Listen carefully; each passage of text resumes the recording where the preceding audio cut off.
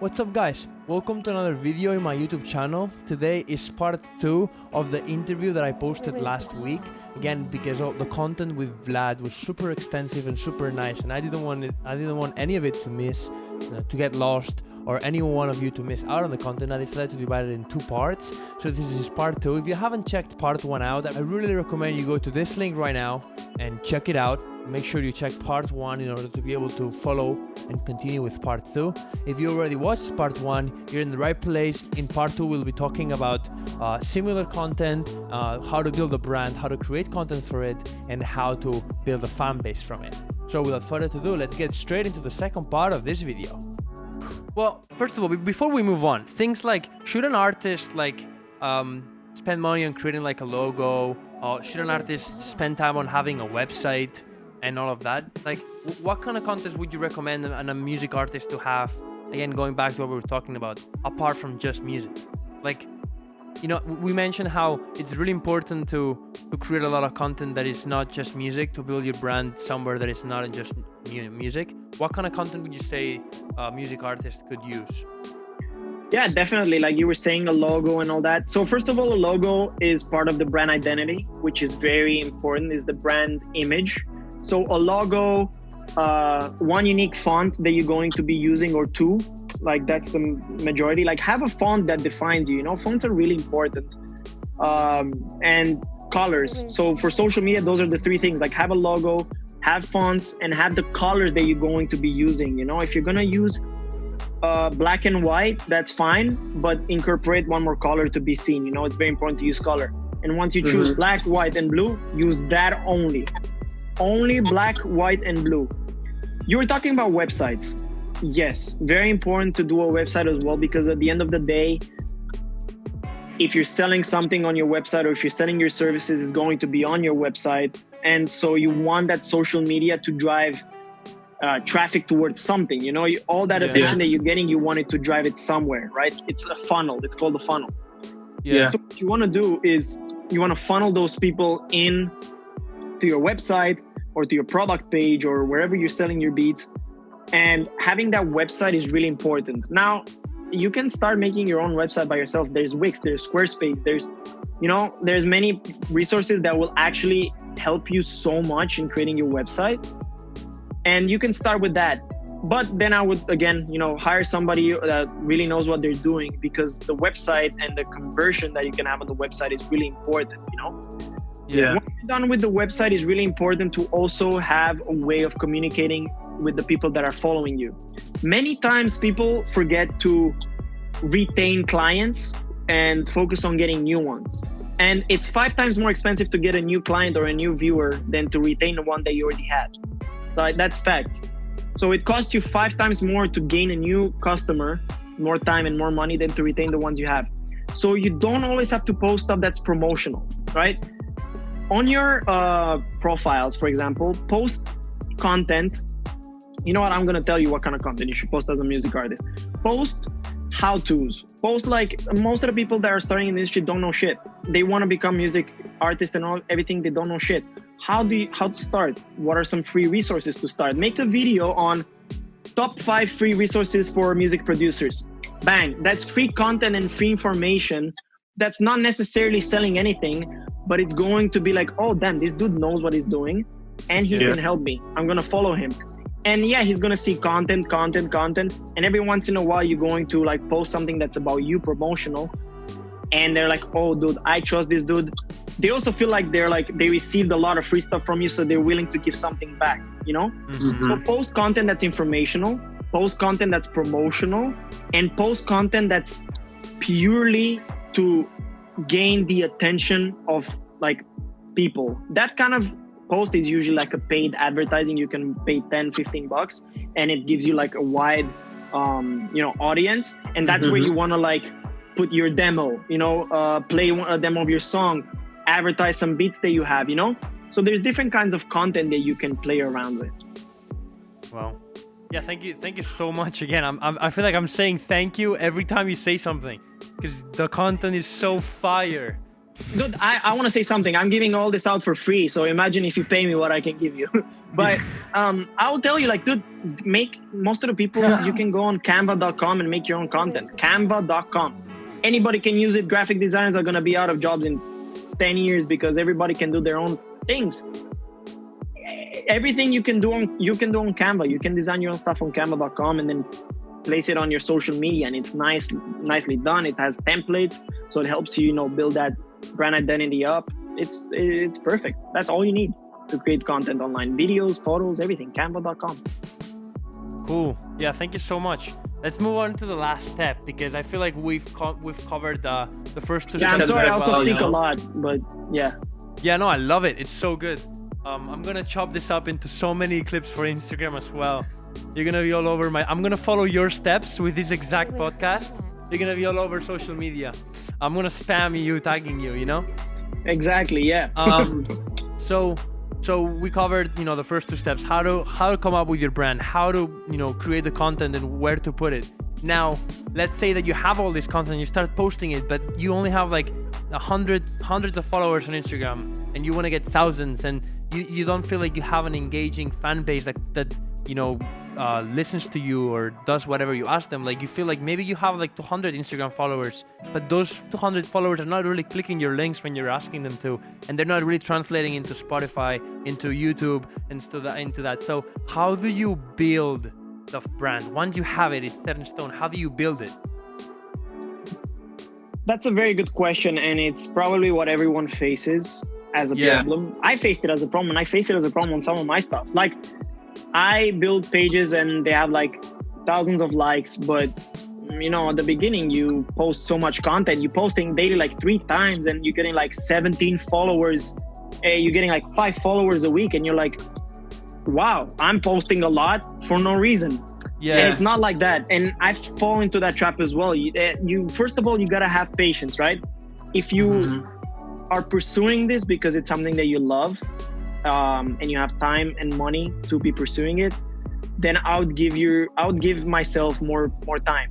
First thing, we set a lot of expectations real high. We're like, oh my God, I'm gonna start an Instagram, and I did the same. I'm gonna start an Instagram, and in 3 weeks I'm gonna have 1,000 followers. Everything's gonna start booming. People are gonna click on my links. People are gonna follow me. Most of the time, it doesn't work like that. No matter what value you're giving at the beginning, there's always going to be, it's going to be hard to break through the clutter, right? Yeah. So breaking through the clutter can be done in different ways.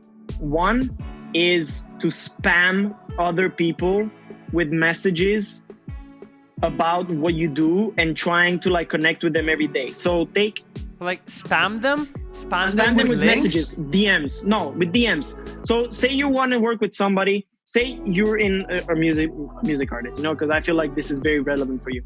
So if you're a music artist, like I said before, you can collab with people that have 100, 200 followers. But now it's time to go for the people that have 300,000 followers, 400,000 followers. And many people are like, yeah, but what do those people have to gain from talking to somebody like me? Well, they, first of all, get to give you like a head start, which is something that they dealt with in their past as well. Everybody dealt with this. Everybody had to begin from somewhere. So you text them and like, hey, and you text 25 people a day, 30 people a day, until Instagram tells you that you cannot DM anybody anymore. And you're like, hey, dude, I want to make even a video, or can I ask you a few questions, or would you be interested in doing like a song together, or a certain beat, or can you take a listen to my sound or whatever? Not only are you going to learn a lot, you're also that's 25 people every day. In 10 days, that's 250 people. If you do that for 10 days, which is not easy, you get 250 people, right? Yeah. Out of those 250 people, maybe you get one that answers, but that one guy that answers is going to be your way up. So what I would say is, don't only focus on the stuff that you post, focus on the kind of connections that you're making with the other people on social media, and keep trying. You're going to be ignored, and you're going to be ignored, and you're going to be ignored, and you got to put stuff into perspective. That's one of the ways that you can break through the clutter. The other one, which is it's like using cheat codes, let's say, but it's necessary, is at some point you should start investing in your own services, right? So instead of going and, I don't know, buying a Starbucks every day, you can save up all that money for a month and pay for a nice ad campaign, on social media. You can hire somebody to make an ad for you. And the way you want to do it is, hey, this is what I am, and you want to make it a really cool video about it that's going to drive people to your page. Why is that good? Because those people that saw those ads, they're interested in that topic, which means that it's not going to be 200 people that are your friends and that are, you know, just following you to support you. You're actually getting an engaged audience, you know? And the more you post and the more you do, people are going to stumble upon your content, you know? Like you said, if you post every day, people are going to follow you. If you post once every month, people are going to be like, dude, it's not worth following this person, you know? So just keep patient, talk to people, and invest in your ads. So you would say building relationships with other people that can essentially help you is crucial? Very important. I feel like that's a very recurring topic. Like that's a very recurring topic. Like I've done this is the 4th interview now for the YouTube channel, and I feel like every guy that I asked a question has said the same thing. Like how important it is to build the relationship with your fan base, because essentially like if you are able to have 100 followers, but those 100 followers, you've built a relationship with them and they trust you and you trust them and you help each other out. Those people are going to go to all the links you ask them to go because they are your friends, you know? So then that's how you translate to other social media, you know? It's much better than having 10,000 followers who don't care about you, and then you're going to have a Spotify with 100 plays and a YouTube with 50 subscribers because none of them really care about anything. Cool. Yeah, thank you so much. That kind of like sums up the 3 main steps to have the idea, then create, and then build a brand as an artist. Yeah, and I also feel like I want to go like one sentence real quick, because I know I talked a lot about storytelling in the beginning, right? Telling a story, and I just want to like emphasize a bit on that. Do not start. I wouldn't start doing anything before you get down like your own story down. And the way you can do that, it's very easy, right? Sit down and take a paper, and you're going to write 3 things that are true about you, the truest things about you. For me, for example, it could be I was a dedicated student athlete. I'm a hard worker, blah, blah, blah, whatever. So you take those truths about you and you place them in a story format. The way you do that is you Google the 7 story plots, and it will come up with the 7 basic story plots that you have, like the hero's journey, from rags to riches, whatever, all that. You read what that story is and you see which one fits you the best, right? There's the hero story, there's the humor, there is tragedy, whatever. You choose whatever fits you best. You choose that story, you learn about that story, you learn the way it goes, like the different narrative that it has, and then you adapt all your content to that. You're gonna talk about stuff. If your story is about, you know, the journey of a hero, you can say how, you know, you've struggled all your life and then something happened, and that's when you started succeeding, and then people are going to be inspired by that story and follow you. That's the way you write a story. Once you get that story down, which can be a few lines, you get that, you put it on your wall, and everything that you do and say and post has to abide by that, right? Yeah. Like your thesis of your brand. Exactly, it's the thesis statement of your brand. Yeah, that's so cool.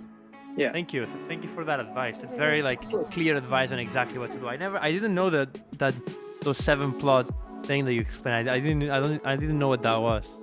Yeah, you mentioned it. It's 7 basic plots, and anybody can look at them and on plots of a brand, right? Yeah, no, plots of story in general, just story. Like for example, Nike is the hero story. You know, Avis, like I told you before, that was in 2nd place, was like kind of like either from rags to riches, or, you know, the story of the person that persistent, you know. So you can find yourself in all of those 7 stories, you know.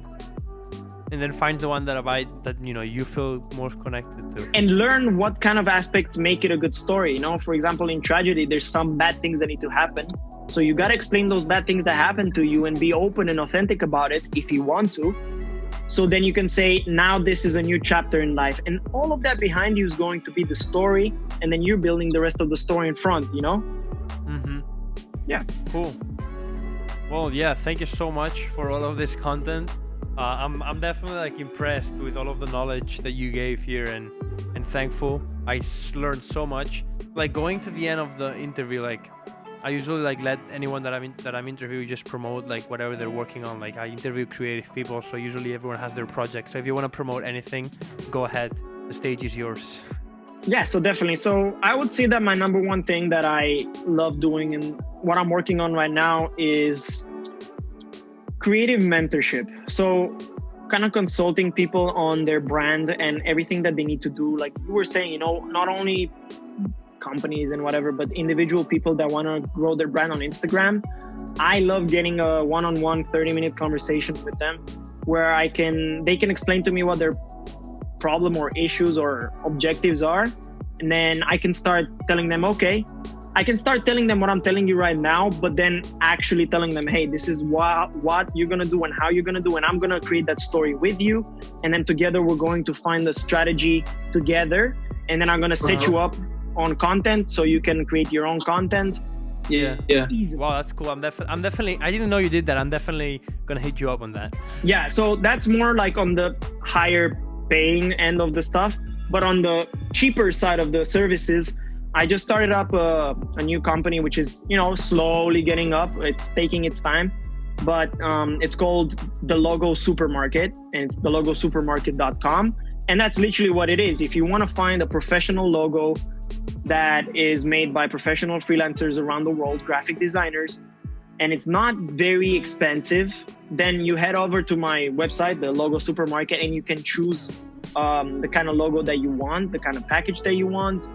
And you explain a bit about what your business is, and we'll have it to you within 24 to 48 hours. And the reason why I did that is because, one, it's tough times. People need to start their businesses now. Some people are starting digital businesses. They cannot do physical anymore. They need They need logos. They need branding.